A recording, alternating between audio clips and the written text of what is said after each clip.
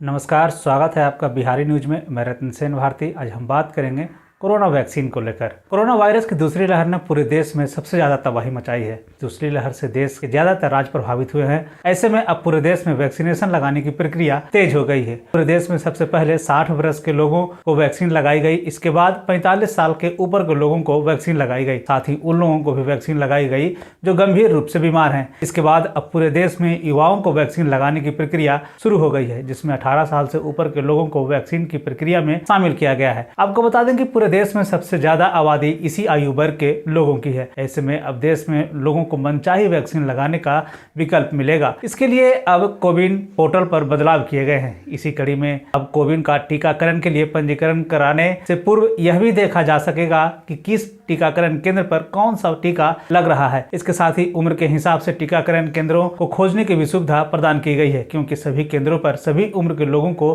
टीके नहीं लगते हैं। 45 साल से अधिक उम्र के लोगों को टीकाकरण से पूर्व पंजीकरण की सलाह दी जाती है, जबकि 18 से 44 वर्ष के लिए ऑनलाइन पंजीकरण कराना अनिवार्य है। कोविन पर पंजीकरण कराने के बाद टीकाकरण केंद्र के चयन की भी सुविधा दी गई है। इस दौरान पोर्टल पर यह भी प्रदर्शित किया जा रहा है कि किस केंद्र पर कोविशील्ड लग रही है और कहां पर कोवैक्सीन। इससे लोगों को टीके का चयन करने की सुविधा मिलने लगी है।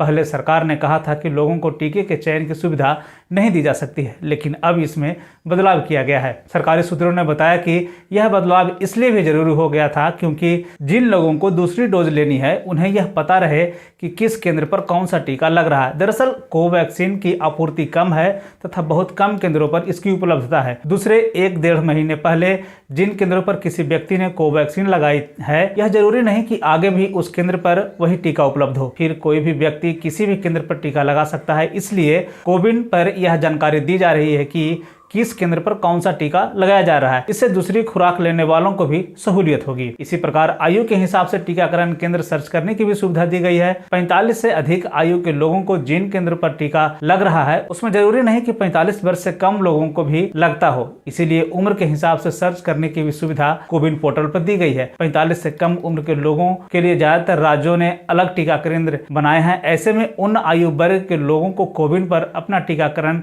केंद्र सर्च करने की भी सहूलियत होगी। इसी प्रकार पिन कोड और जिले के आधार पर भी टीका केंद्र खोजने की सुविधा पोर्टल पर दी गई है। पोर्टल पर यह भी सुविधा दी गई है कि 45 साल से अधिक उम्र के लोग बिना किसी केंद्र के चयन के भी पंजीकरण करा सकते हैं। पंजीकरण पूरा कराने के बाद उनका 4 अंकों का विशेष सुरक्षा कोड आ जाता है, जिसे नोट कर लें या फिर वो उसे सेव करके टीकाकरण केंद्र पर जा सकते हैं और फोन नंबर और विशेष कोड बताकर वो टीका लगवा भी सकते हैं।